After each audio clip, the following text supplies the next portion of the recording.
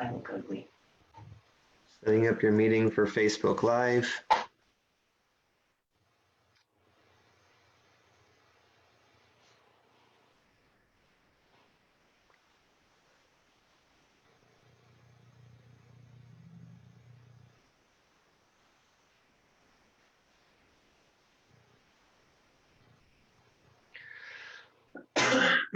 Oh, it says live on Facebook in the corner of my screen now. That's good. It is.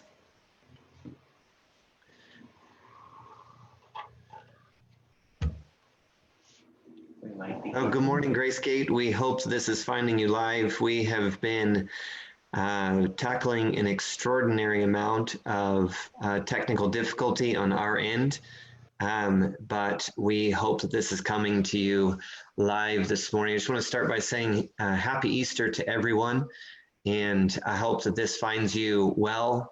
I hope this finds your family gathered around a church service. I love when Paul says, do not neglect the gathering together, as some have made the habit of doing so. And even though the circumstances are out of the ordinary, we're still gathering together, and we're hoping to connect with the presence of God and connect with each other as we do that. So I'm going to kick off some worship, and Cody and Kayla are going to lead us in some worship this morning. This is our first time doing this, and like I said, we've been having a lot of technical difficulty, but it's been smooth in all the test runs except for in this moment getting to live feed to you where you're at. So I think we're good now, and we're going to jump in. So Father, we thank you for what we get the chance to celebrate this morning. We're celebrating the paramount pivot of history and humanity. God, we're looking at the moment in which Jesus died on a cross and abated every force of darkness that keeps us from being able to connect with you and live with you and experience the fullness of what you desire. And God, when he raised from the dead, it made all things possible in being and doing what we are called to be in you. And so, God, we bring our hearts and our minds and our families and our lives. We bring the complexities of this moment to you. And we ask you to come and fill our hearts and fill our homes with your presence, that you'd make known to us the truth of who you are. And then you'd make known to us the truth of the relationship that you desire to have with us. So we love you, and we pray that you'd help us to worship you this morning in Jesus' name. Right. Am I hearable? I think I am. All right. Good morning, everybody. I just got really nervous. So, like Pastor Cody said, this is the first time we're doing any kind of streaming. I have like my computer on 2 coffee tables and chess tables and everything. So I think it's going to work though. So yeah, Jesus, we just give you an open invitation. We just ask that every person listening to this would have a powerful encounter wherever they're at. We ask for grace to be able to connect with worship. All right, you need to be a little over here, wife, so the mic picks you up. Yep. All right.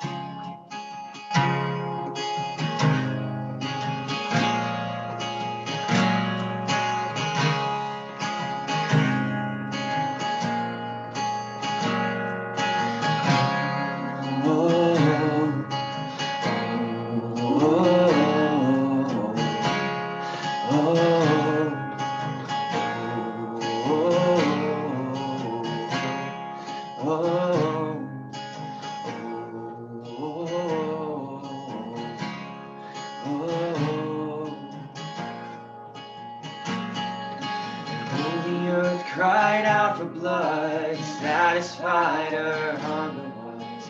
Billows calmed on her raging seas, the souls of men she craved. The sun and moon from balcony turned their head in disbelief. Precious love would taste the sting, disfigured and disdained. Friday a thief, on Sunday a king. Down in grief, but awoke with the keys. Fell on that day, firstborn of the slain, the man Jesus Christ lay, death in his grave. Oh,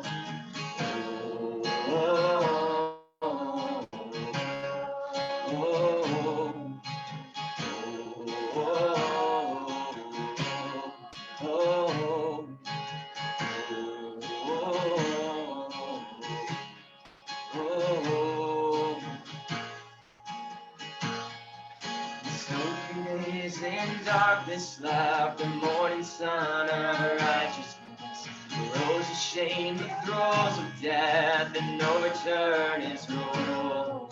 No daughters and the sons of men would pay not their dues. The debt of blood they owed was spread, for the day rolled in blue.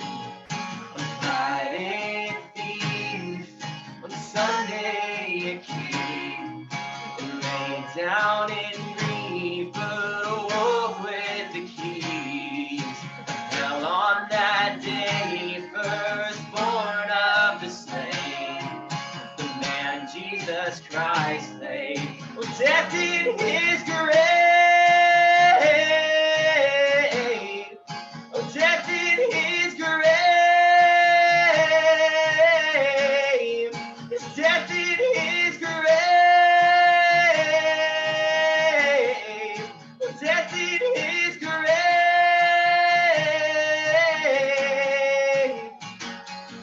And he has cheated the hell and seated us above the fall. And in desperate places he paid our wages. One time, once and for all. Friday thief, Sunday king, lay down in grief, but awoke with the key. Fell on that day, firstborn of the slain, the man Jesus Christ lay, dead in his grave.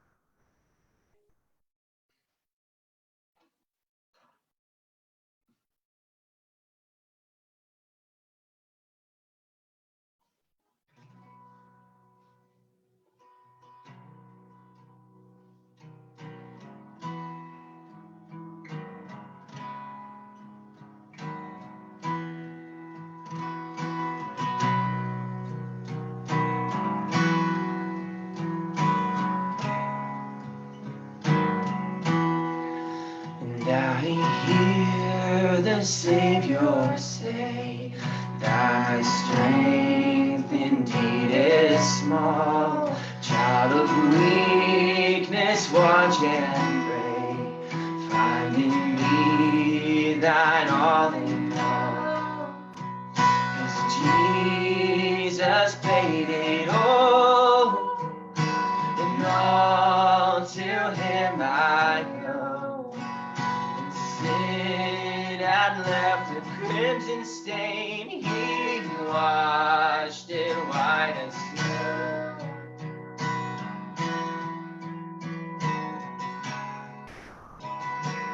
Sweet Jesus,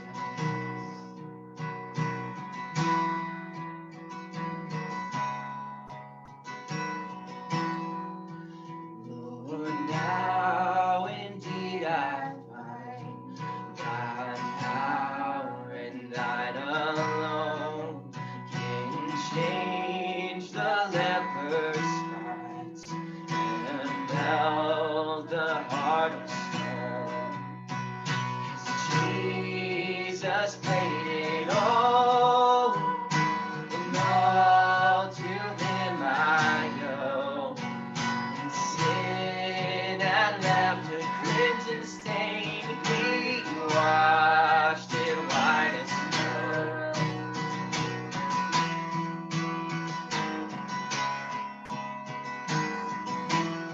Oh, you washed me white, only you could, Jesus.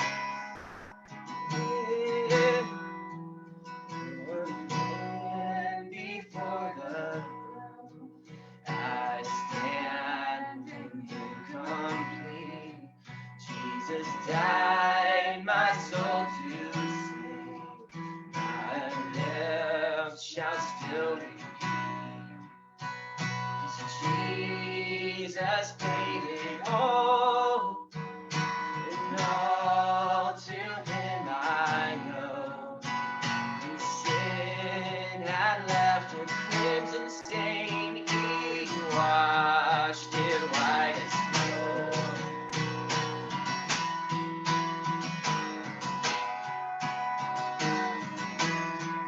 Oh, you washed me white, yes. Oh, we praise you, Lord. Oh, praise the one who paid my debt and raised his life up from the dead. Oh, praise the one who paid my debt and raised his life up from the dead. Oh, praise the one who paid my debt and raised his life up from the dead. Sweet praise the one who paid my debt and raised his life up from the dead.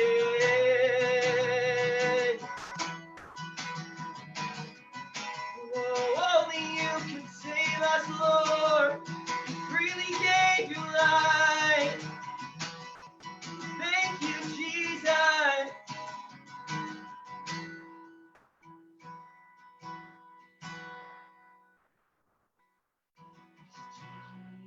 Jesus paid it all, and all to him I owe.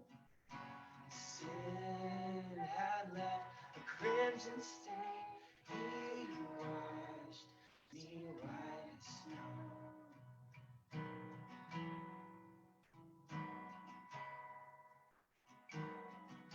Thank you, Jesus.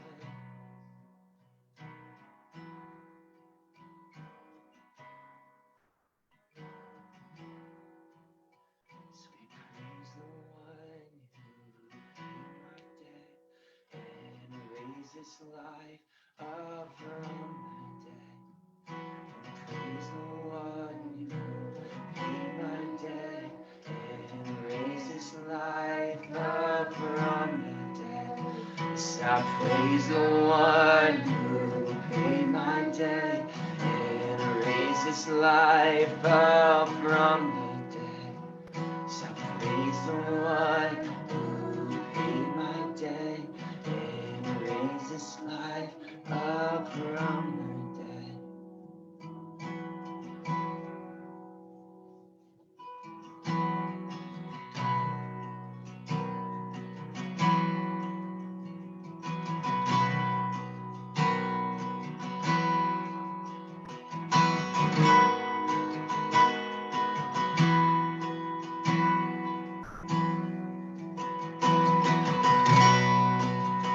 Now you're hurting and broken within, overwhelmed by the weight of your sin. Jesus is calling.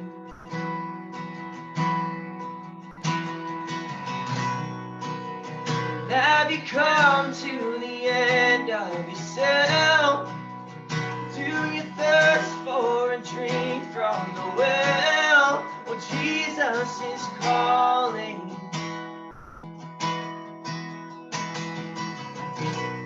No, come to the altar. The Father's arms are open wide.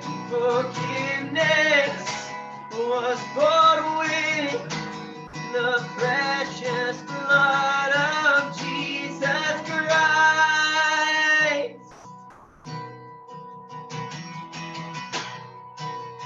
Leave behind your regrets and mistakes. Come today, there's no reason to wait. Well, Jesus is calling. And bring your sorrows and trade them for joy. From the ashes, a new life is born.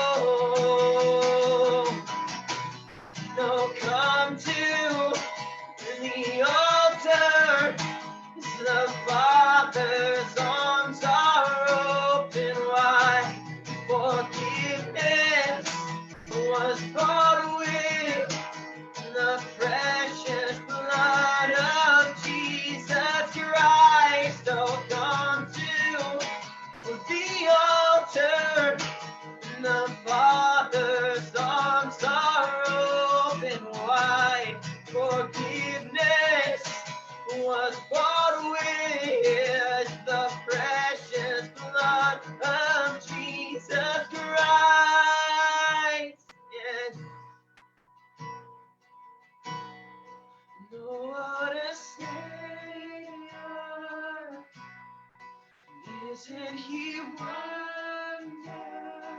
wonderful? Sing hallelujah.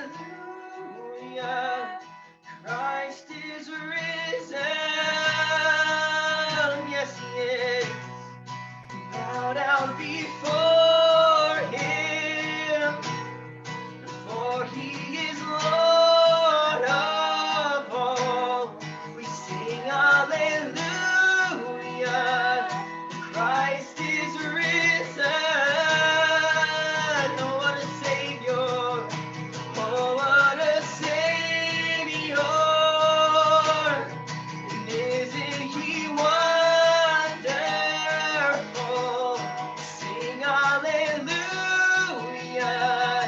Christ is risen. Victorious over all. Yeah. We bow down before him, for he is Lord of all. Sing hallelujah. Christ is risen.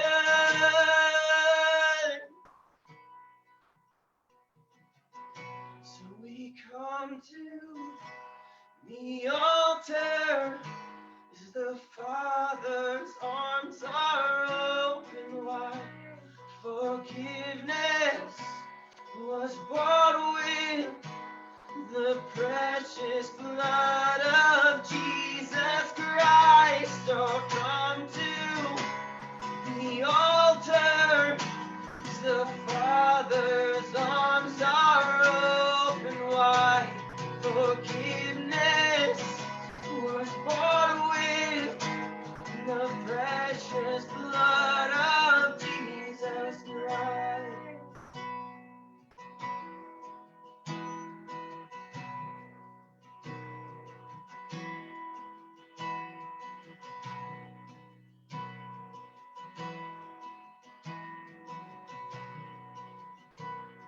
We worship you.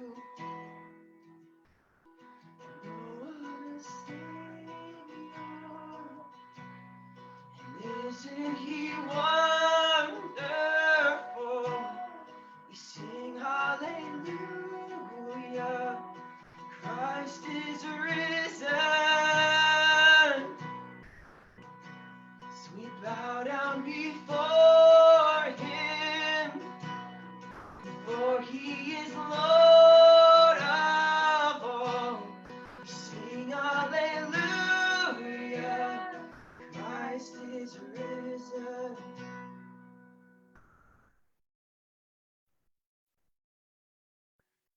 Yeah, Jesus, we just thank you. I hope that worked. Yeah, we thank you that you are victorious. We thank you for what this day represents. And we just worship you as the King of all kings and the Lord of all lords. We thank you that this isn't a day where we have to feel guilty about our sin, but we were the joy set before you. So you joyfully endured the cross because we were the reward that you were getting. So just glorify you. We thank you for what this day represents. We love you, God, in Jesus' name.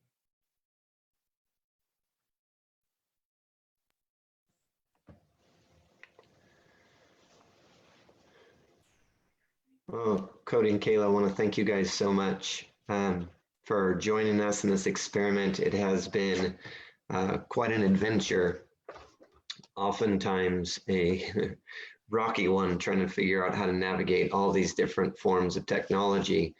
But I want to thank you guys for just jumping in and helping us with worship and being a part of that. And for all of you who are joining us on Facebook, like I said, I'm sorry for how we've had to jump around. I do not have any idea why YouTube failed this morning.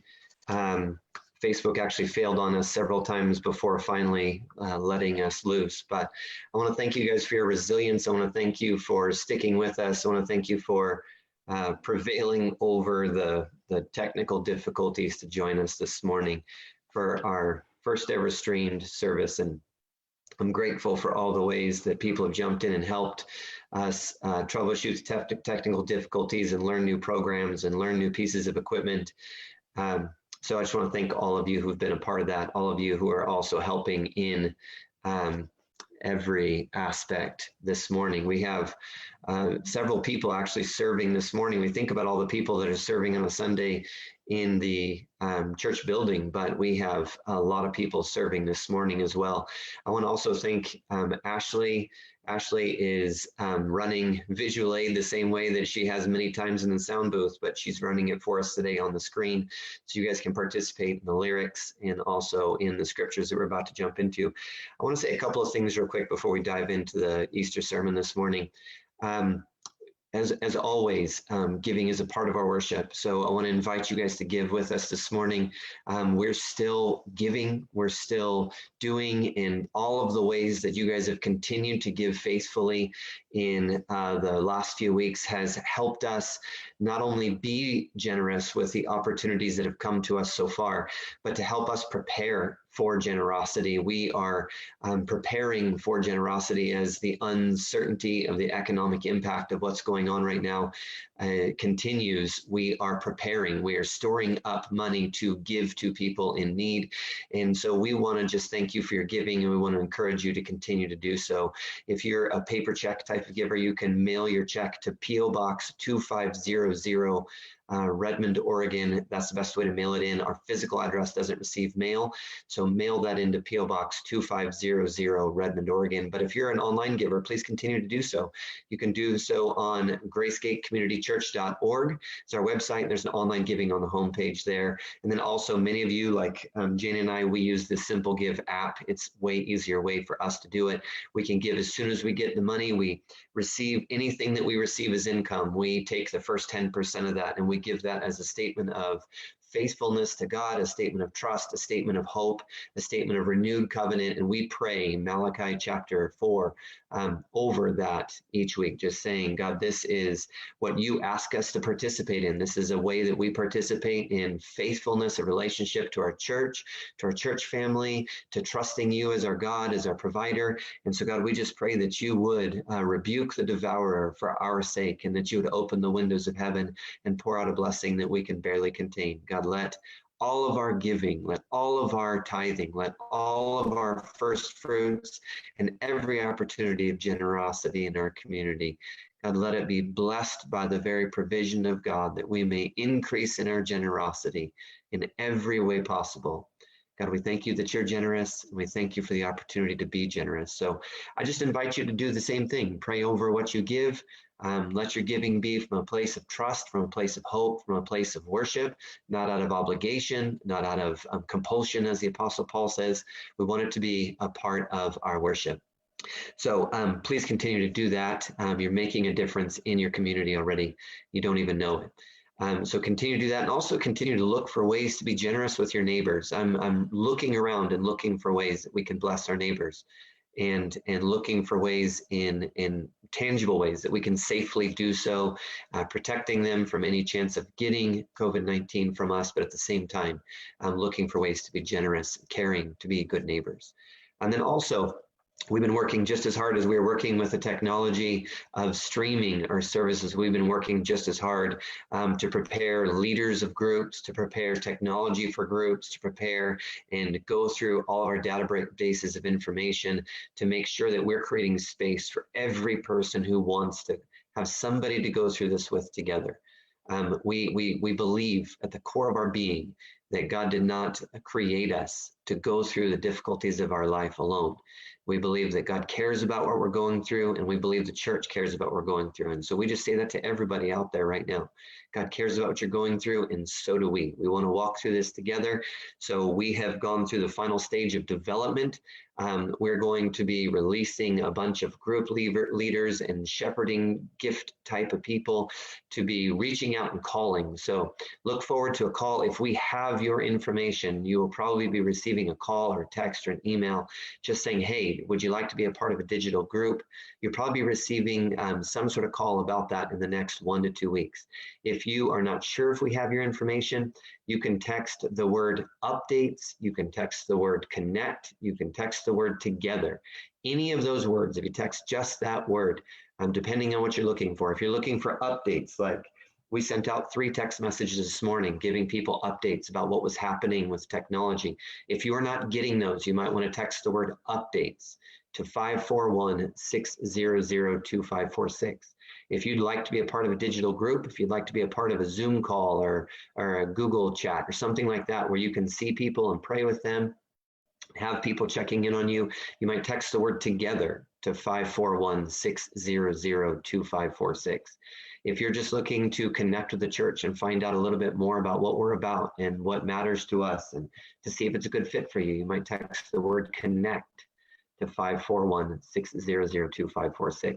But we don't want anybody out there. I mean, one of our biggest passions in this season, we started a series right before all this craziness embarked, that we wanted to wage war on social isolation and loneliness. And we see this as both a threat to drive people into a deeper sense of social isolation and loneliness. But we also see it as a great opportunity to overcome social isolation and loneliness. So we want to invite you to text either the word updates, connect, or together to 541-600-2546 so that we can walk through this process together so we come out of this more connected and stronger than we've ever been. And so I want to just give you those opportunities as well. And I'm going to trust that somebody, one of our staff that's on the Facebook page, will type those words and those numbers into the comment section of Facebook Live. And then we'll also work to get this transferred over to YouTube Live for those of you who want to revisit or watch the replay of this and you're not Facebook people. We'll try to make this available on YouTube as well. We've been transferring our other Facebook Live videos over to YouTube, and we'll work to troubleshoot whatever it was that got in the way today. All of our tests ran really well this week. We don't know why it didn't work, but we trust that God's going to get this service and this message of hope into the hands of everybody who needs it this morning. So we're going to jump into the Easter message this morning. If you would grab a Bible and something to write with, Miss Ashley is going to be doing her best to follow along with the verses with us. It is surprisingly complicated to do so.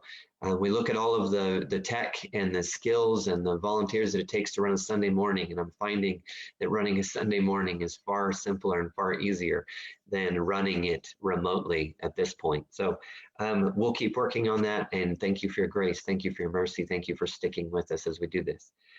So open a Bible to Colossians chapter 1. We're going to get there near the end of the message, but that's really where I want you to dive into the scriptures. I'm going to be going through some other passages as well, but Colossians chapter 1 is where we're going to look at the meat of what it is we're going to be talking about today.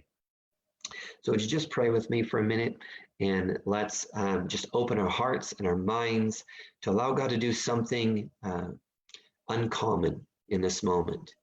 If you're participating in Easter, the chances are you've been to something to do with Easter before, you've been to church before, you've heard much of what the Easter message is about before.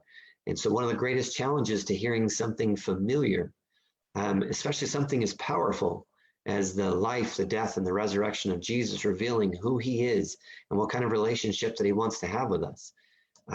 Something that powerful should never become common to us. But it's human nature for it to become common. So we want to open up our hearts and open up our minds and give space for God to do something uncommon in us this morning. So Father, we pray that you'd come with your Holy Spirit. God, we do not experience, we do not know, we do not understand, we do not respond to the message that we find in the life of Jesus and the death of Jesus and the resurrection of Jesus. We do not find those things by our own human intellect. We do not find them even by our own pursuit, but we find them by the very grace of God poured out on our hearts and our minds. So God, we open our hearts and our minds and our lives, the behaviors, the practices, the relationships of our lives. We open the fullness of who we are and what we are and what we have. We open up the fullness of those things to you. And we ask you to come with your grace and do something uncommon. Do something uncommon in every fiber of our being, that we may know you, that we may know who you are, because we've experienced you in the reality of moments like this one, because we've experienced you in the reality of your presence and your character of who you are and how you are, manifesting yourself in the day-to-day function of our lives. So God, we want to know you as you are, not as someone has told us you are, not as we've read in a book that you are, but we want to experience the reality of your presence, the reality of your character, the reality of your steadfast love, the reality of this message and what your power released on the earth to give us the opportunity to live in. So God, we just pray for your great grace. We pray for your great mercy. Come and do what only you can do in us and through us, Lord, in Jesus' name. Amen. Well, the big idea, what we're going to be talking about the next few weeks is I've had this series in my heart for a while. I've actually written this into elements of the foundations of GraceGate. And what we're going to be talking about is who is Jesus? Because it's easy when you have a figure as profoundly known as Jesus. There's nobody in the face of the earth, there's nobody in the history of the earth that has a more widespread knowledge of his existence than Jesus. But just because we know about a person doesn't mean we know him. And the celebration of Easter is a celebration of what the cross means, what the death and the crucifixion of Jesus Christ means because of the resurrection. The resurrection gives definition and meaning to the cross, and the cross gives definition and meaning to the resurrection. And so Easter is about celebrating and coming to refresh our understanding and refresh our relationship with our knowledge, hopefully experiential knowledge of the one who died, who was crucified on a cross for the sins of all mankind, and all of the impact and the power and the captivity that came as a result of that sin. And to also celebrate, to refresh our relationship with the fact that he raised from the dead, and everything in the face of the earth, all of humanity and all of creation, was given the opportunity to begin the process of new life and transformation as a result of the two things that happened together. But when we seek to know somebody, our relational bond, our relational experiential knowledge of that person comes from living in the impact of the character of their lives. Because we can think somebody's something for any length of time, and nothing about that bond grows or is harmed except by our experience of that person's character lived out, and how that character lived out impacts us, how we learn to depend on the character of that person being our experience of them. And when we talk about who Jesus is, most of us in any part of the world can say that Jesus was a guy who lived 2,000 years ago.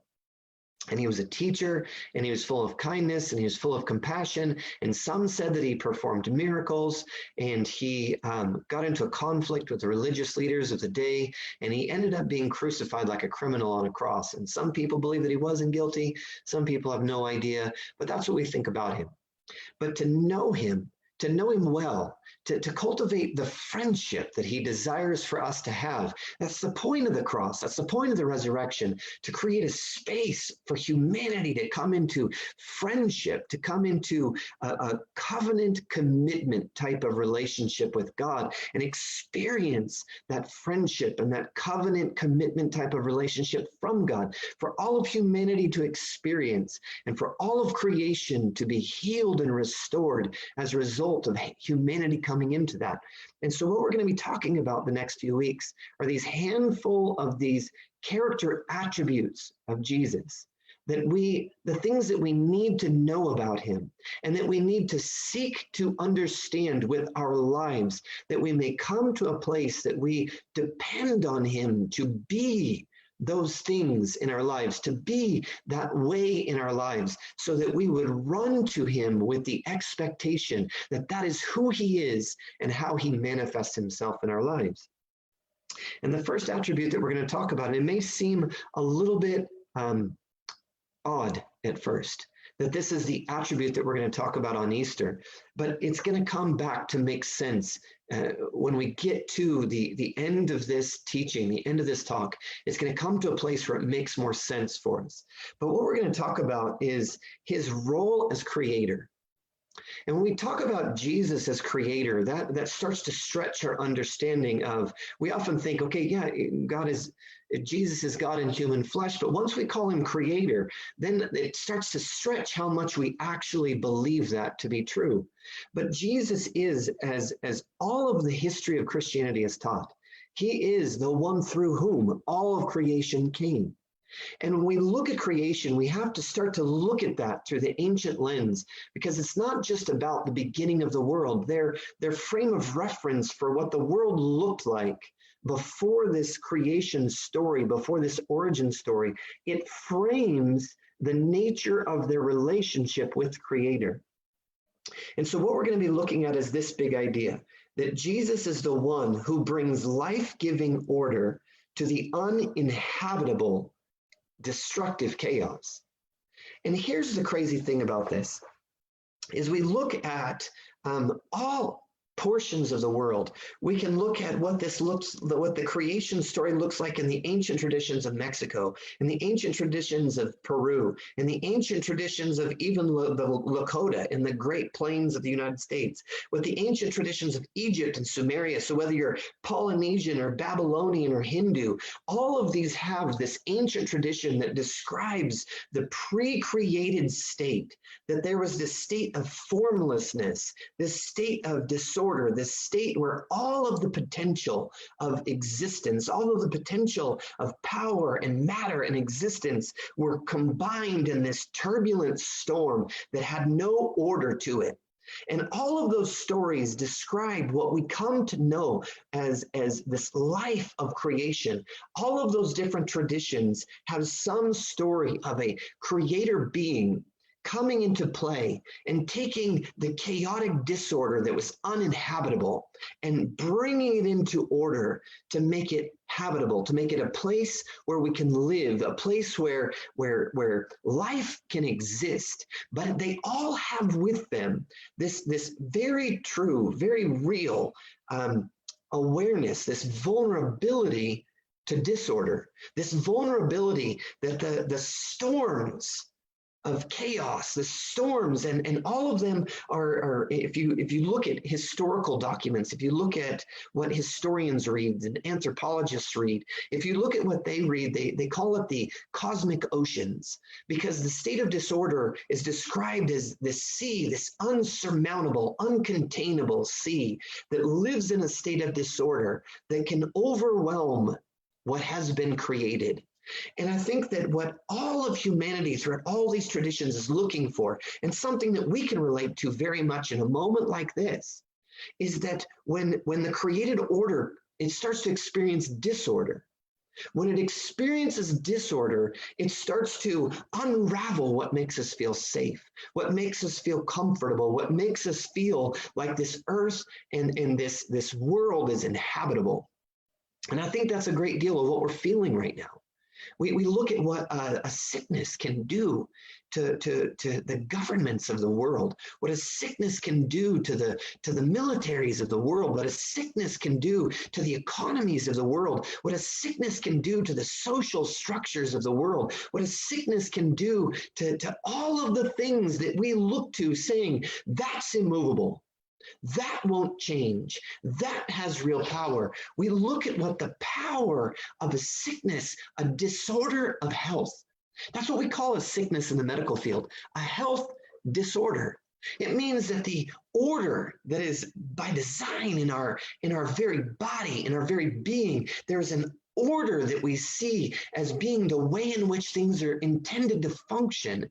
And when disorder comes into the body, it starts to unravel that created order. It starts to unravel the balance and the harmony of what creation brought to play. And so we're very much experiencing that in this world that we live. Now that has a different way it plays out in cultures. You see, all of those cultures have that story of origin in common, but what they do with it is very different from culture to culture. And many of the cultures of history, when they talk about the created order coming from some sort of creative being, oftentimes that story was used to reinforce this is why our society must function with this order. This is why we have to listen to a king that would eventually fall, or a kingdom that would eventually fall. But the Jewish people, the shared origin story that Christianity, we share it with Christianity, with Jewish history, with ancient Jewish tradition, because we are of the same vein of Jewish tradition. Until the very moment of Christ, we share all the history and the background and the beliefs of Judaism. And the Jewish tradition took that creative story in a different way. What other countries would say, what other traditions and cultures would say, that's why we listen to the king and that's why we follow the rules. The Jewish history used that as a point of turning.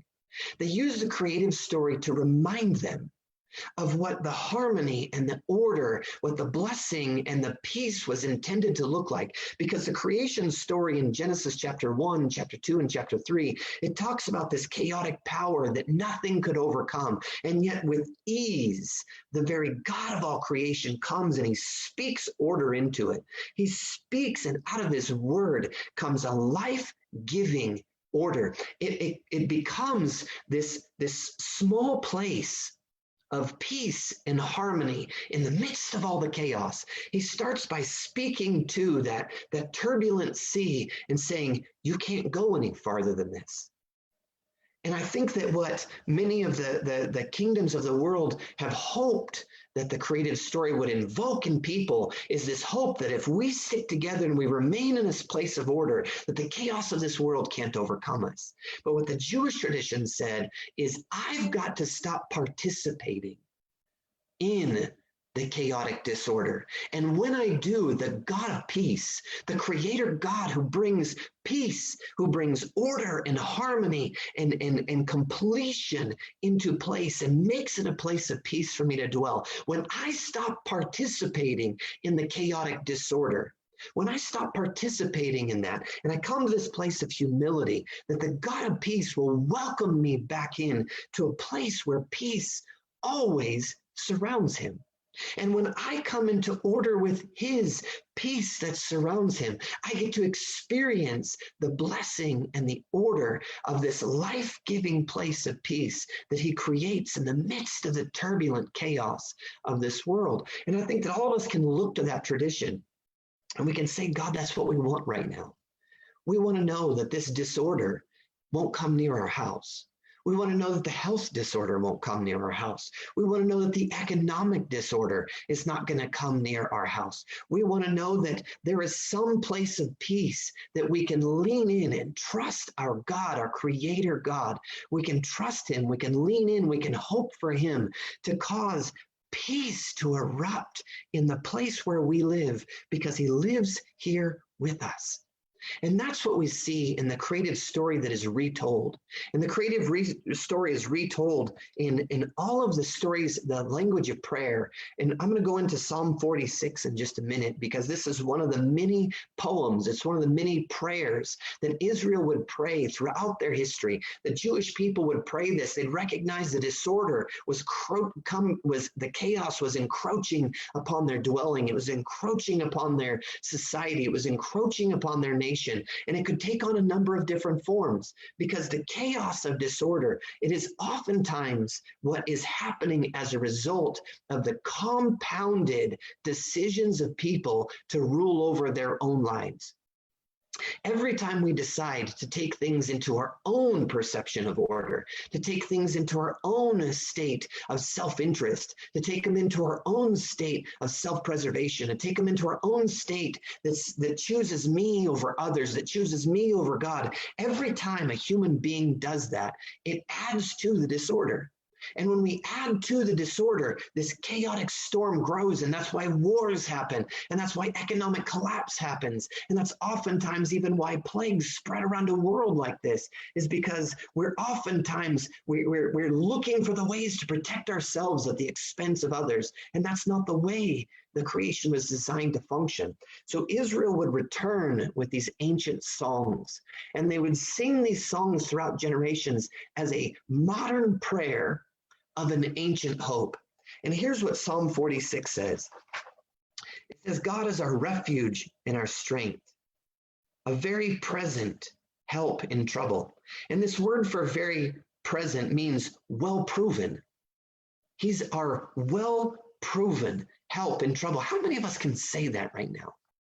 I mean, we want to believe that God is our refuge. We want to believe that He's our strength. But do we have the relational experience of this attribute of His character that we can say in the structures, in the history of our own lives, that He is well proven to be very present help in trouble?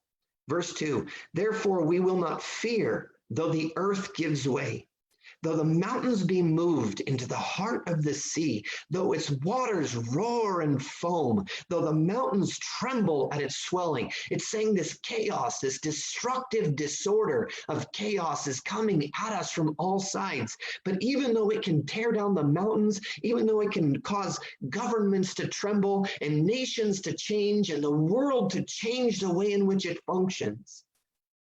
Verse 4, there is a river whose streams make glad the city of God, the holy habitation of the Most High. And what it's talking about is it's talking about this place in Jerusalem where a spring rose up next to the very temple of God, that even though armies may surround their city and famine and plague may surround them and all the world around them, that there was this place of order because God dwelled in their midst. There was a safety that they had.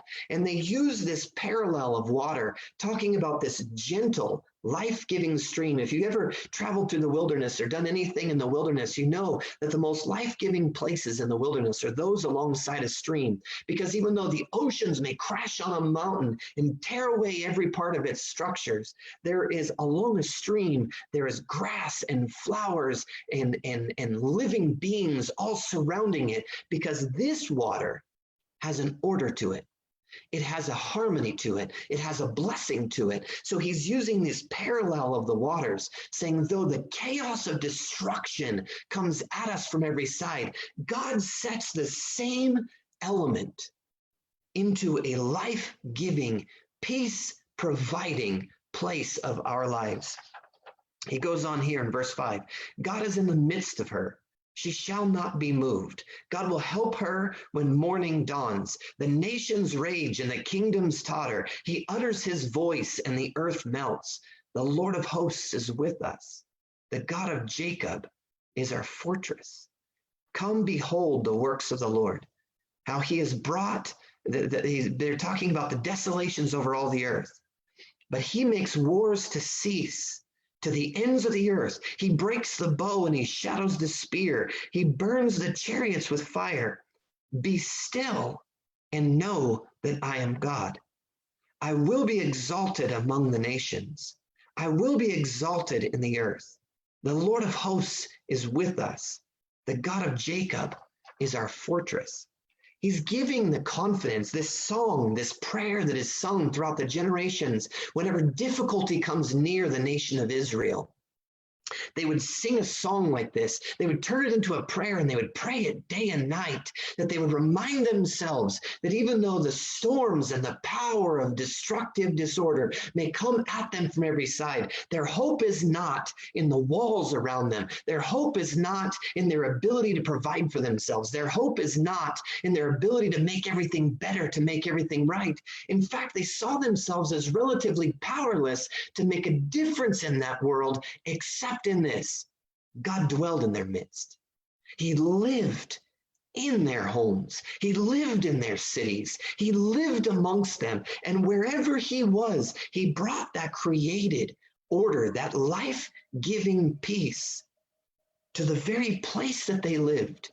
And wherever that life-giving order was giving peace to the place, even if it was just in the recesses of their heart, when he brought peace to their hearts, he brought peace to their homes, he brought peace to their cities, he brought peace to their nations, that as much as that life-giving order was given room to bring peace, that peace would overflow the small habitation in which it dwelt to go out and transform the world around it. That's what he's saying. It breaks the bows and it brings an end to war over all the earth, because as much as we come into relational, experiential relationship of life with this creator God, He brings order and therefore peace to our lives. So the Jewish tradition took this as, I need to align my life with my God.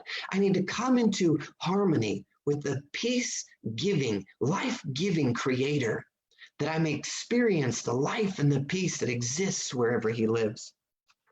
And as I read this ancient prayer, I start to feel this desire raise up inside of me. And this desire raises up inside of me to pray an ancient prayer in a current circumstance, because I've met him in that way. This isn't something that I hope he is. It's something that I know him to be, because I've experienced it with my own relational experience. It is well proven, as the first verse in that. In my life, in the experiences of my life, in the years of my life, he has well proven himself to be that. So when difficulty comes near the door of my house, when difficulty comes near my city, when it comes near my nation, when it comes near the world that I live in, I can run to him and I can say, you are my fortress.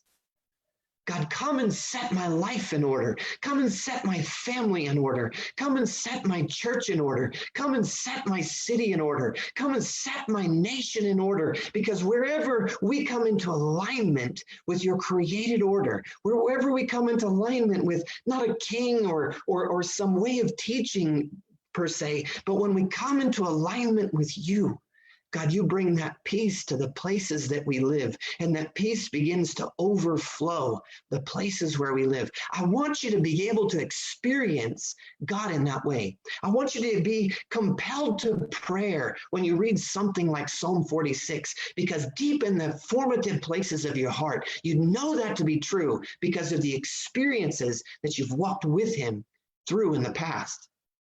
And it begins with a first experience. If you've never experienced God in that way, this may be your first experience. And it begins by trusting him to be that, by putting this sense of hope, the same way that we cultivate any relationship in our lives, the same way that we cultivate any relationship in our lives, is we look at the character attributes of a human being that is before us, and we say, I believe this to be true. I hope this to be true. And so I'm going to give opportunity for that character to prove itself.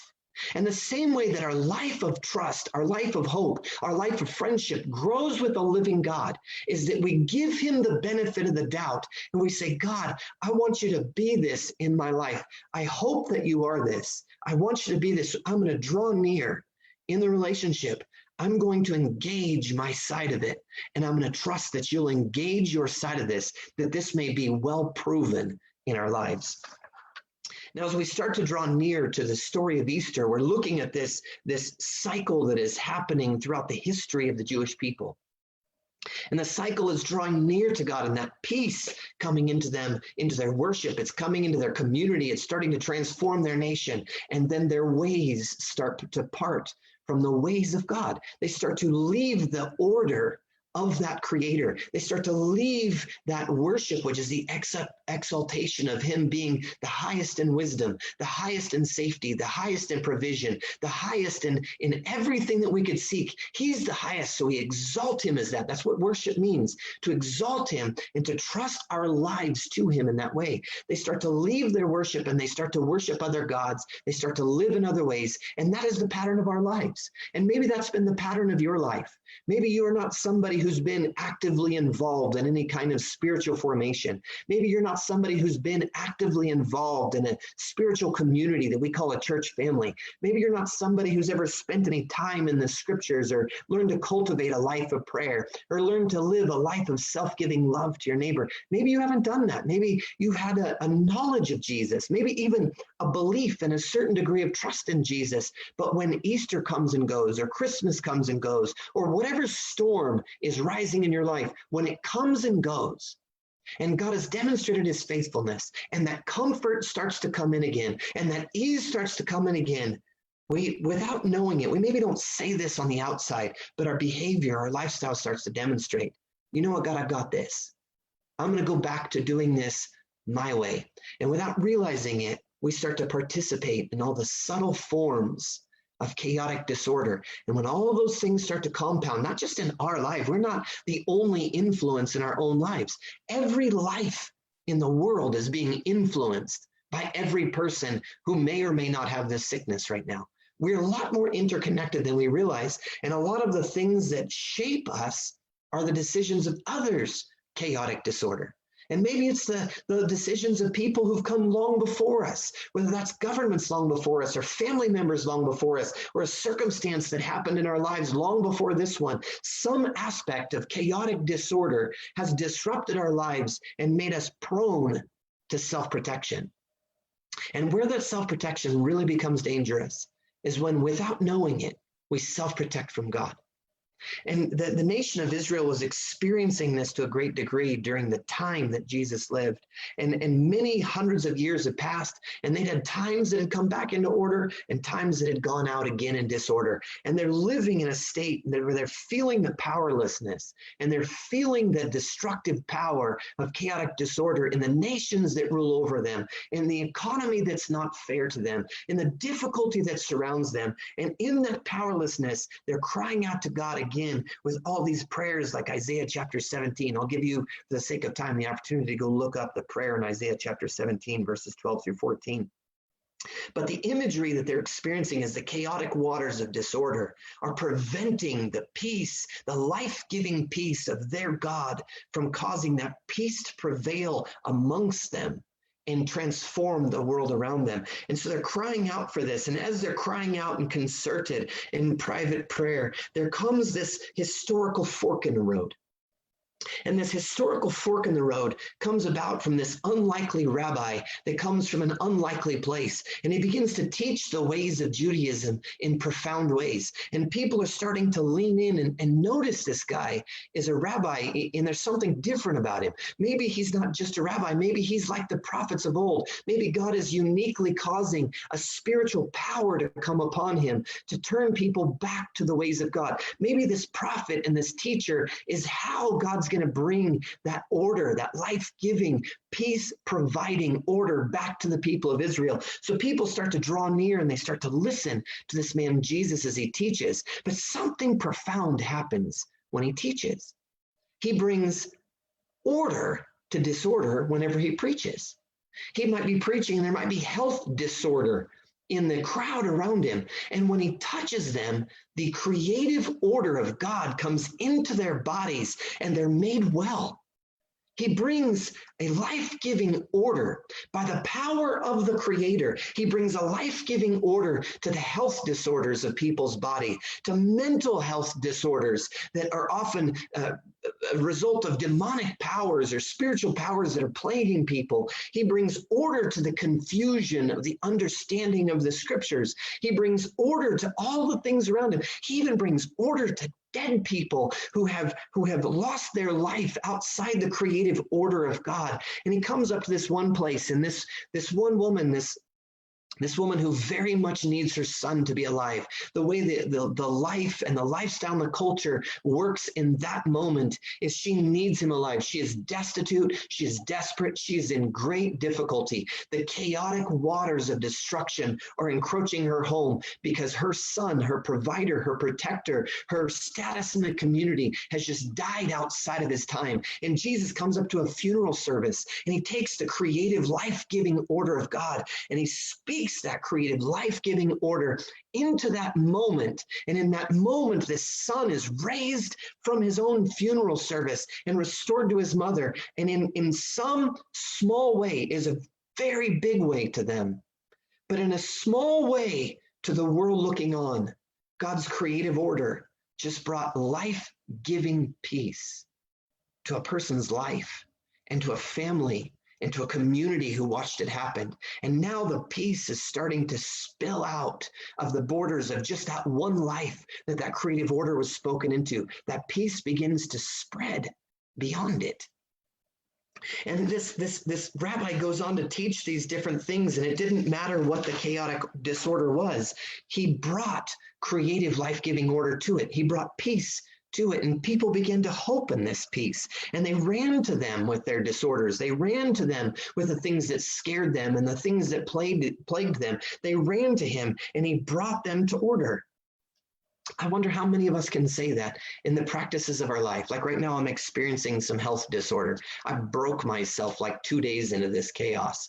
And I find myself often saying, God, make a way for the health system to heal me. And I very much believe in the health system. I wouldn't have worked in it for 15 years if I didn't. I very much believe in it. And I believe in medical care. I believe in all those things. But I find myself running first to the things of this world that exists around me to set in order my disorder rather than seeking God first to bring order to my chaos. And I think, how often do we do that when our finances are in disorder, or our relationships, or our marriage, or our children, or our economy, or our business, or whatever it is, when things come to a place of disorder, how often do we do what the people who surrounded Jesus were learning to do, where they ran first to him and said, God, I entrust this first to you. You are the creator God. You are the one who brings creative, life-giving order into every realm of disorder. So God, I invite you into this.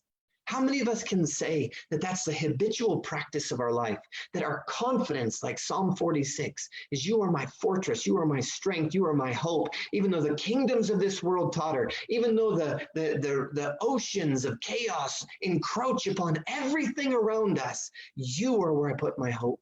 How many of us can say that? Now, there's one story very specifically that comes into play in Mark chapter 4. In Mark chapter 4, there's this play that comes in where Jesus makes this overt statement of creative identity, of creative presence. He makes this great statement to them. He says, I am not only able to bring order to the health disorder and order to the mental health disorder, I am able to bring order even to the creation. I want you to know who I am. And we take this up in Mark chapter 4, verse 35. It says, on that day, when evening had come, he said to them, let us go across to the other side. And leaving the crowd, they took him with them in the boat, just as he was. And other boats were with him. And a great windstorm arose, and the waves were breaking into the boat, so that the boat was already filling. This is the chaotic disorder. This is the chaos encroaching. This is the type of moment where we're intended to cry out to God, to come and do something about it. And it says that Jesus, in verse 38, he says he was asleep in the stern. He was in the stern, asleep on the cushion. And they awoke him and said to him, Teacher, do you not care that we are perishing? I think that so often when the chaos of this world encroaches upon our lives and we want God to move in order, we cry out for one of two things. One, we cry out as a victim. We say, God, why don't you care about what's happening to me? Because so much of our life has victimized us. So much of our life has brought trauma into our lives, and we wonder, where was God in the midst of that? And we attribute things to him that were the result of the chaotic disorder, of the decisions of thousands and millions and billions of people throughout the history of the world, shaping the world to that moment to affect us. And we wonder, why didn't you do something about it? But the other thing that I think we even more commonly do, especially for those of us who consider ourselves a people of faith, a people of life with Jesus, I think that we just call out to him for a semi-placating hope. We call out to him in this way of saying, I'm not sure you're actually going to do anything about this storm, but I really need you to call me. And I think that it is a reflection of what we believe to be true, and it's a reflection of the opportunities that we've created for him to make himself well known in our lives. Oftentimes we have stuff happening like this, and maybe we didn't think to pray. We didn't think to pray, God, I don't want my family to get sick. Keep us from sickness. God, I want you to prosper our house.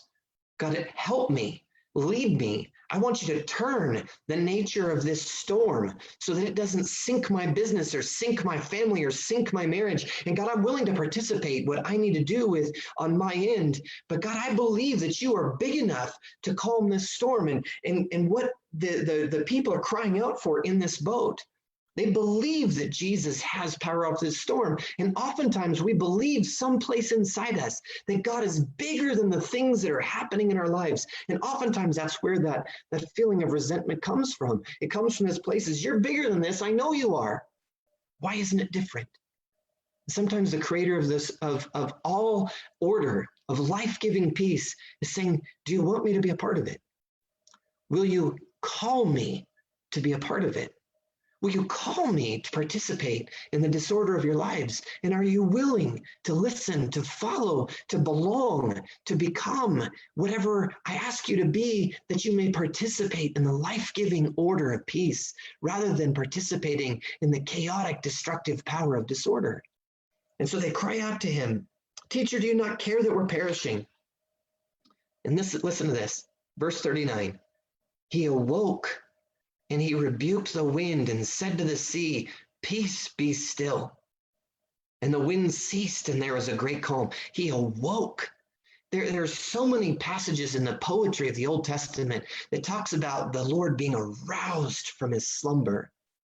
And it's not that God is distant and removed. It's not that he doesn't want to be a part of it, but we don't realize how much we are a part of the disorder. And so for him to come against the disorder, sometimes he'd have to come against us and our decisions and our beliefs and the behavioral practices of our lives. Maybe it's the way in which we isolate ourselves. Maybe it's the way in which we participate in the world around us. Maybe it's the way in which we think or we feel or we act or we relate to people. Maybe any one of those or all of those things that we're contributing to the disorder. And he's asking us, he's inviting us to awaken him. He's near us, but will we invite him to bring that life-giving peace, that order into the storms of our lives? So he awakens. He rebukes the wind and the sea, and he says, peace, be still. And the wind ceased, and there was a great calm. And he said to them, why are you so afraid? Have you still no faith? And they were filled with great fear and said to one another, who then is this that even the wind and the sea obey him? I believe about this coronavirus circumstance, I believe that God is going to do more good than anything that this coronavirus could do to harm nations, economy, lives. I believe that God is going to do more good in the overall picture of the world than this virus can do to our harm. But sometimes we just need to take a moment in the midst of the chaos and say, who is this that's in this midst? I'd be willing to bet that most of the people watching this video believe that Jesus lives inside of your heart. You believe that Romans 8 says that you who are born of God are filled with the Spirit of God. You believe what other passages say, that you were a temple of the Holy Spirit. You believe that God lives within you. But when was the last time that you or me or any one of us, that we sat down and we said, who is this that has even the power for the wind and the seas to listen to him, has the power to bring creative, life-giving peace, to bring order to the chaos that seems uninhabitable, that seems impassable, that seems like it has the power to crush and destroy and alter everything in the world and everything in our lives? Who is this? Now, one of the crucial aspects to understanding this, that if Jesus had not gone to that grave and been raised from the dead, if he had not gone to that grave and been raised from the dead, then none of this would have meant that he was the creator God. None of it would have meant that he had that attribute of God's creative, life-giving order within him to impart to us. He could have just been a prophet and God could have been backing his play like he did Elijah or like he did Moses. But when he went to that grave, it said something else about him. When he came up from that grave, it said something that made him different than all the prophets that came before him. It says this in Colossians chapter 1, verse 9. It says, and so, from the day that we heard, we have not ceased to pray for you, asking that you may be filled with the knowledge of his will in all wisdom and spiritual wisdom and understanding. You hear that him setting them in order so as to walk in a manner worthy of the Lord, fully pleasing to him. It's not talking about disapproval. It's talking more about the ability that we have to participate in his creative order, to be a part of the harmony, to be a part of the life-giving order that he's establishing on the earth. bearing fruit in every good work. That's the language of creation. And increasing in the knowledge of God, meaning as we bear fruit, as we participate in that life-giving order, and we see the life that it brings outside of our own lives, outside of our moment of crisis, as we see the life that it brings to the world around us, we actually grow in the experiential knowledge. The word here is experiential knowledge, that we may grow, increasing in the knowledge of God, being strengthened with all power according to his glorious might, for all endurance and patience with joy. He's not saying that the storms of this life are going to cease. It says that we'll be life-giving. We'll be a part of the life-giving order in the midst of them. Verse 12, giving thanks to the Father who has qualified you to share in the inheritance of the saints in light. He has delivered us from the domain of darkness and transferred us to the kingdom of his beloved Son, in whom we have redemption, the forgiveness of sins. He's talking about when Jesus went into the grave, when he took upon himself all of the sin and all of the consequences of sin, meaning all of the power of chaotic destruction and chaotic disorder, all of the power that existed in all of history and all of the world, he took upon himself in that moment of the cross. He took that storm. It's like all of sin and all the effects of sin throughout all of humanity were building up like this giant tsunami wave. And Jesus stood as a man, like a little boy on the beach, staring down that tsunami wave. And when that tsunami wave came crashing upon him, that's the imagery of all of sin coming upon Jesus' life. He was crucified on a cross for all of the sin, for all of the disorder that I've participated in, for all of the disorder that you've participated in, for all of the disorder that has brought difficulty and trauma to your life and mine. He took all of that upon himself, and it crushed him. It killed him. And if that was the end of the story, it wouldn't mean what it means to us today. But because he is a creator, because he is the one who possesses the attributes of God's own character, being the creator who brings life-giving order and life-giving peace into whatever he touches. The chaotic disorder can't overtake him because the power of life-giving order is so profound within him that no matter what situation he enters into, even if it is death, he brings life out of death. And this is what happens to all who come to put our trust in him, to believe in him, because he took that upon himself. Verse 13, it says, we're transferred out of the domain of darkness, meaning we are no longer storm-tossed, shipwrecked people in the chaos of disorder, but we're brought out of that, and we're brought into the life that was raised from that grave.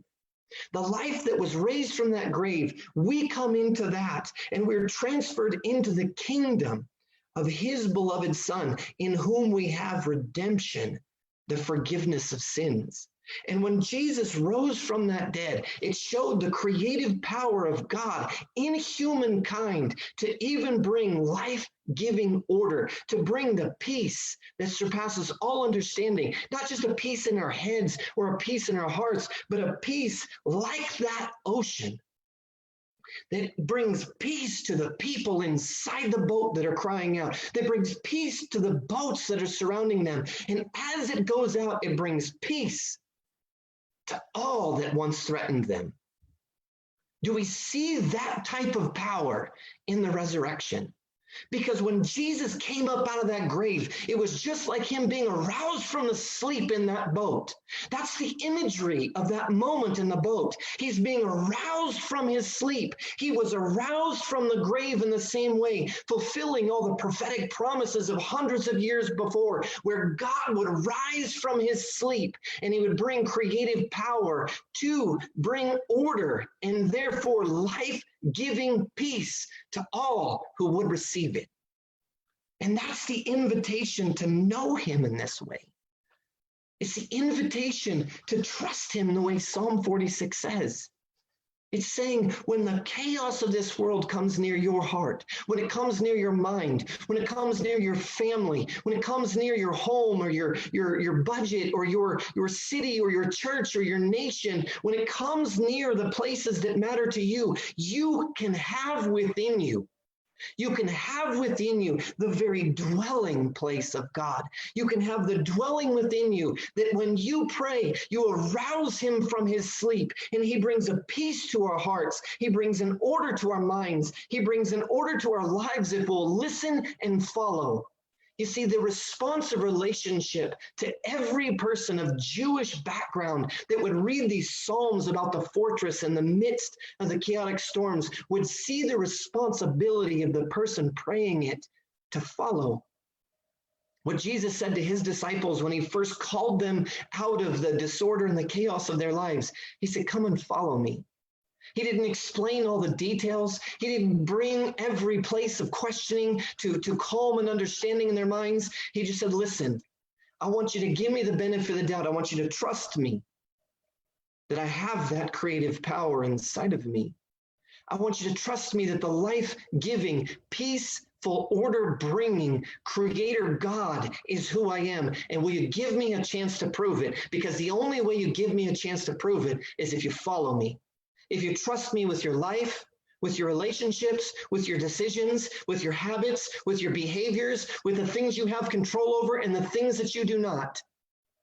If you'll trust me with those things and follow me and learn to listen and learn to follow and learn to be a part of a community and learn to be a part of peace that is spilling over the borders of every human heart in which it lives to transform the mind and the habits and the behaviors and the relationships and even the circumstances around it. I believe that when Romans chapter 8 says that all of creation is groaning for the release of the mature sons of God, what it's talking about is those people who've so entrusted our lives to him that the creative order of life-giving peace is starting to prevail not only in our lives, but out from our lives to transform the world around us.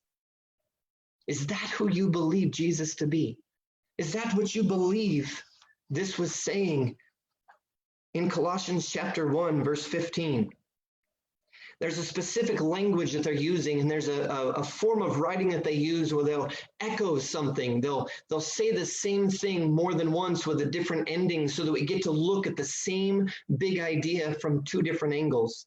And in Colossians chapter 1, verse 15, it's speaking about Jesus.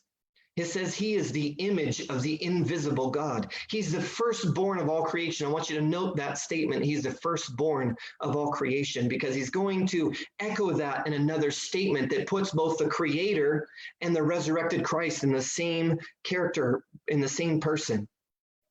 He's the firstborn of all creation, for by him all things were created in heaven and in earth, visible and invisible, whether thrones or dominions or rulers or authorities. All things were created through him and for him. He is before all things, and in him all things hold together. He's the head of the body, the church. He's the beginning. Listen to this. He's the firstborn from the dead, that in everything he might be preeminent. The call, the invitation of Easter is to make Jesus in all aspects of our life and our world preeminent, before all things, in all things, through all things. In a minute, I'm going to give people an opportunity to pray a prayer. And that prayer is not a prayer to believe and hope that I go to heaven. It's a prayer to make Jesus preeminent and to go through every awkward bit of transition and change in our life for the rest of our existence to make that statement possible. He's preeminent because he was the firstborn of creation and the firstborn, what it says right here, the firstborn from the dead. He's saying in the same way that he brought peaceful, life-giving order to the chaotic disorder in the beginning, he's going to bring creative, life-giving, peace-giving order to all of creation. And it starts with your heart. It starts with my heart. It starts with us coming into every aspect of what he's called us to be because we believe him to be creator. We believe him to be the only source of life. We see the teachings of Jesus throughout his life. He's the wellspring. He's the living water to drink from. He's the bread of life to eat from. He's the one who brings the way, the truth, and the life. From him comes every life-giving way. And apart from him, there is no life-giving way. But we have to first come to the place where we're willing to lay down our own self-governance. Not to submit it to a human or a king, but to submit it to the King, the great human, Jesus, the Messiah, the one, the firstborn of all creation, the fullness of God in human man, to submit it to the only one with the righteousness and the justice and the mercy and the steadfast love to handle it well. I don't know how you've been handled by people in authority in the rest of your life, but Jesus is not like them. He's the good shepherd that handles both the tenderness and the protection of a good shepherd. He's everything we need him to be, and he will, in every way that will come into alignment with his life-giving, peace-providing order, he will bring that creative power of life and peace to our lives and to the world around us. Would you pray this prayer with me right now? Father, I want to believe. I want to believe enough to follow. God, come with your spirit and help me to follow you. Help me to trust you.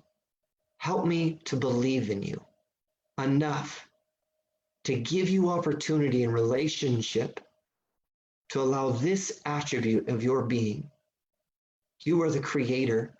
You are the life-giving order of all of creation. You are the only peace-making source in all the world. And I entrust the wholeness of my life to you. I want to be yours. I want to be transferred out of the kingdom of darkness, which means I am willing to lay down my participation in the chaotic disorder of it, to come into the kingdom of your glorious Son. God, help me to grow in every way of knowledge and understanding and heartfelt response, behavioral transformation, relational change. Help me to grow in every way that I may grow up in who you have called me to be and what you've designed me to be in living a life of peace and peacemaking for the world in which I live. God, give us great grace to make you preeminent in everything, in Jesus' name. So I want to just close up our service with an invitation. God did not create us to go through this world alone. He has made us to believe that he cares about what we're going through and that there's a people who do as well. And I want you to have that confidence. We are not perfect in any way, and those of you who are part of our church family know that. But God is drawing all things together into himself. And so in order for us to grow in Christ, we have to grow together. In order for us to grow in trusting God, we have to learn how, in a much more clumsy process, to learn how to trust each other and become one as he is one. I've been praying John chapter 17, which is the last great prayer we know that Jesus prayed before he went to the cross. And one of his most heartfelt, desperate prayers was, God, make them one. All those who believe in me, make them one as we are. The same way that Jesus is one with the Father. He wants us to be one with each other and one with him. So I want to invite you to text the word together, 541-600-2546, and we'll help you get into a group of some sort to help you figure out how to wrestle through this, to have people who will pray with you, to have people who will be together with you in this journey of life. God cares what you're going through, and so do we. Lord bless you. Text the word together, 541-600-2546. And if you made some sort of new commitment, new decision today, I'd love to hear from you. Would you send me an email at cody@gracegatecommunitychurch.org? I'd love to interact with you. I'd love to be a service to you in any way I can. And if you have any practical needs in your life, in this moment or in the moments that are coming up in the following weeks, whether it's a financial thing, a prayer thing, a relational thing, we want to help. We're here to help.